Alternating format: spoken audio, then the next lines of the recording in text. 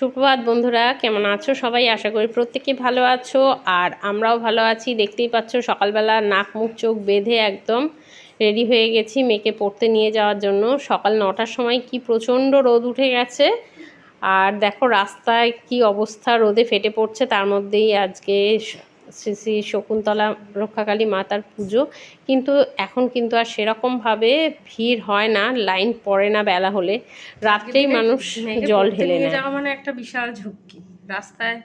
এবছর যদিও দেখলাম খুব একটা ভিড় নেই, আসলে রোদের জন্য মানুষ বেরোতে সাহস পাচ্ছে না।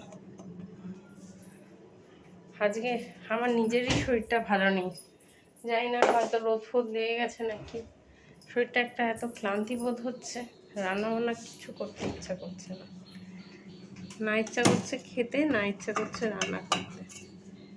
হ্যাঁ, লিওর চিকেন ভাত করা রয়েছে, ওকে দিয়ে দিই আগে খেতে।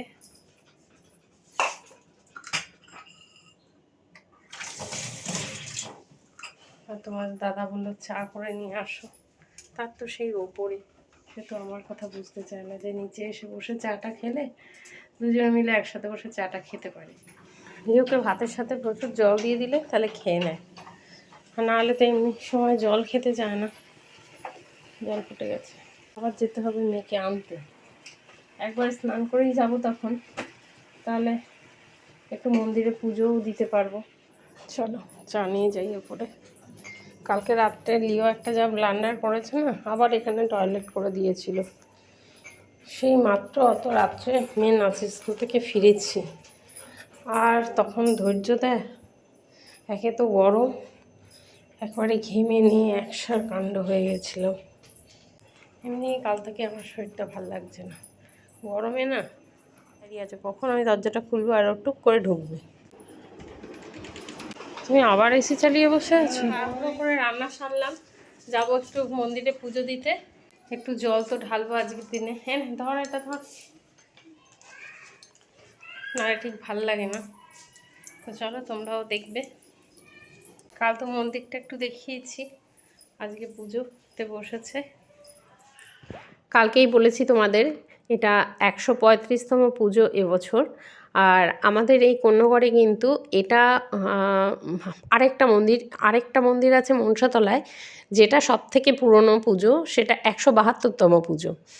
আর এই পুজোটায় কিন্তু এই দুটো মন্দিরের পুজোই কিন্তু এক রাতের পুজো।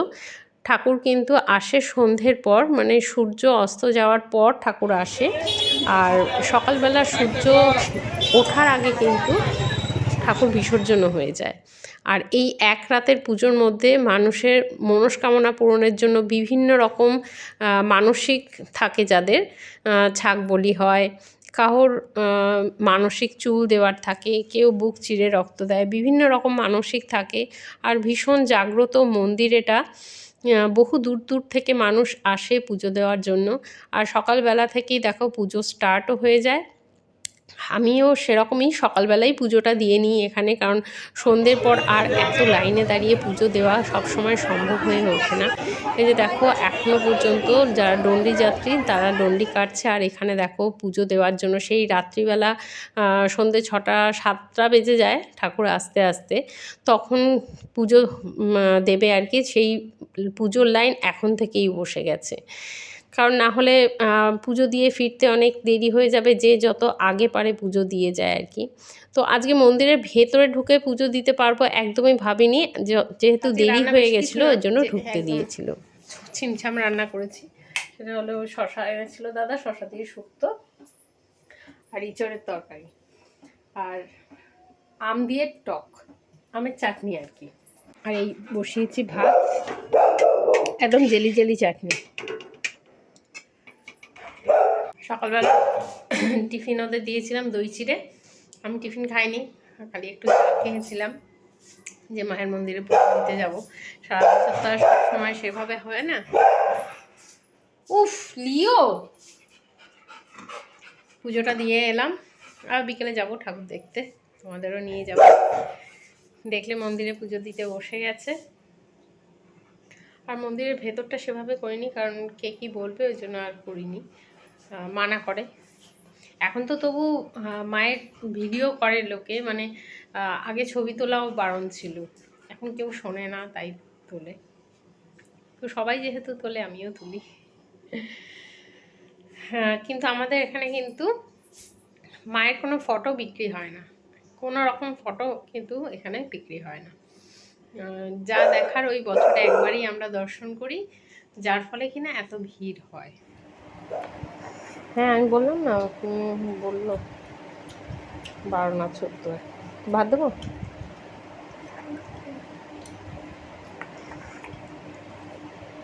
দেখতে আবার ঝাল লাগে না।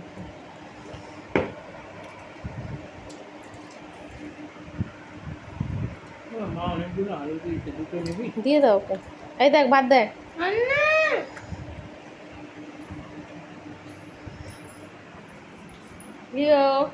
লিও খাবে। আমার কপালে দেখো টিপ ফিপ লেপটে কি অবস্থা হয়েছে, গরমে খেতে দিতে নিয়ে বারবার খালি কপালটা মুছছি আর টিপ ফিপ সব লেপটে গেছে। মানে জল ভরে করতে পারছি না, আসলে আমার অ্যাকোয়াগার্ডটা উপরে থাকাতে গরমকালে খুব অসুবিধা হয়। আমার একমাত্র গরমে ফ্রেশ হওয়ার একটাই জিনিস, ফেস ওয়াশ, সেটা হচ্ছে ক্লিন অ্যান্ড ক্লিয়ার। চলো মুখটা ধুয়ে নিই।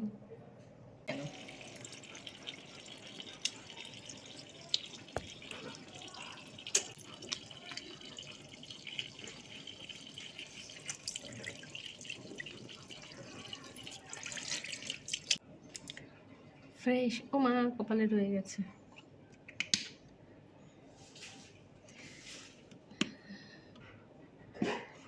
কি দিয়ে দিয়েছিল কে জানি, তেল ফেলছিল। ইয়ো ঘরে ঢোক গিয়ে যা।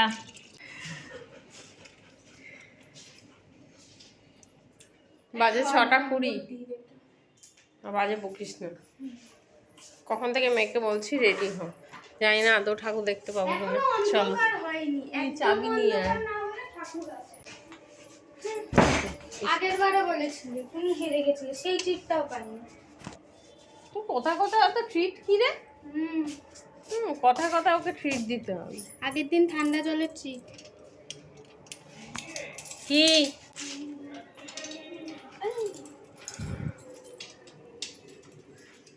দুপুরবেলা একটু ঘুমিয়েই পড়েছিলাম, আর 5:45 যখন বাজে তোমাদের দাদা আমাকে ডাকছে যে কী গো তোমরা ঠাকুর দেখতে যাবে না? তো দেখো ঠাকুর দেখতে বেরিয়ে এসে দেখো গোপালের দর্শন, দুজন কত সুন্দর গোপাল নিয়ে বেরিয়েছে, কিন্তু আমি আর গপুকে নিয়ে বেরিয়ে আসিনি, কারণ এই গরমের মধ্যে মানে কিভাবে এই ভিড়ের মধ্যে যেতে পারবো জানি না। মানে দেখতেই পাচ্ছ অগণিত মানুষের ভিড় দুধারে দাঁড়িয়ে আছে, মানে এখনও ঠাকুর আসেনি। মাইকে যা অ্যানাউন্স করছে শুনতে পেলাম, মানে মাকে তখনও গয়না পরানো। বাড়ি থেকে বেরিয়ে আবার মেয়ের বান্ধবীর সাথে দেখা হয়ে গেছিলো, ওখানে দাঁড়িয়ে ওরা কতক্ষণ কথা বললো, গল্প করলো। তারপরেও দেখছি মা আসছে না, তো তখন ভাবলাম যে ঠিক আছে চলো মন্দিরের দিকে একটু এগিয়ে যাই, কিন্তু মন্দিরের দিকে বেশি এগিয়ে যাওয়া যায় না, ওখানে মানে প্রেশারটা বেশি আসে, ভিড়টা বেড়ে যায় ওখানে বেশি, ওই জন্য মেয়ে ওখানটায় এগিয়ে যেতে চায় না। তাও কথা বলতে বলতে এগিয়ে গেছিলাম যে আমার মা যদি ওখানটায় থাকে দেখা হয়ে যাবে, কিন্তু দেখা তো হলোই না। আর বলতে বলতেই দেখো মা এসে গেছে, তো চলো তোমরাও দেখতে থাকো, আমরাও মাকে দর্শন করি।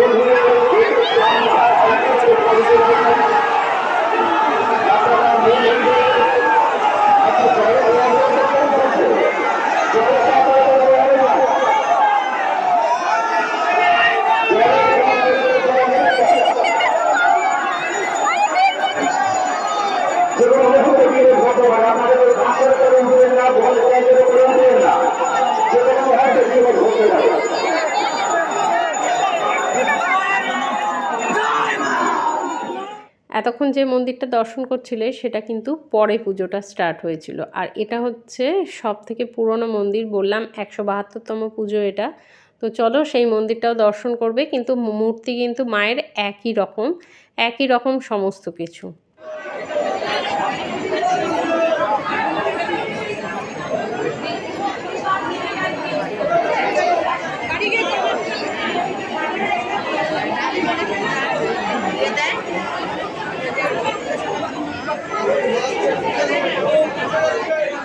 ভিড় ঠেলে ক্লান্ত হয়ে মা মেয়ে আইসক্রিম খেতে খেতে বাড়ির দিকে এগোচ্ছিলাম। আবার মেয়ের ছিল পড়া 8:30 থেকে। ওই আমরা যখন ফিরছিলাম 8:30 মতনই বাজে, মেয়ে পড়তে গিয়েছিল তখন 9টা বেজে গেছিলো। আর রাতের ডিনারে আজকে বলেছিলাম ময়দা খাওয়া হবে, তো লুচি ভেজেছিলাম, ময়দা আগে মেখে রেখেছিলাম, মেয়ে পড়ে ফেরার পরেই তো লুচি ভেজে দিয়ে দিয়েছিলাম।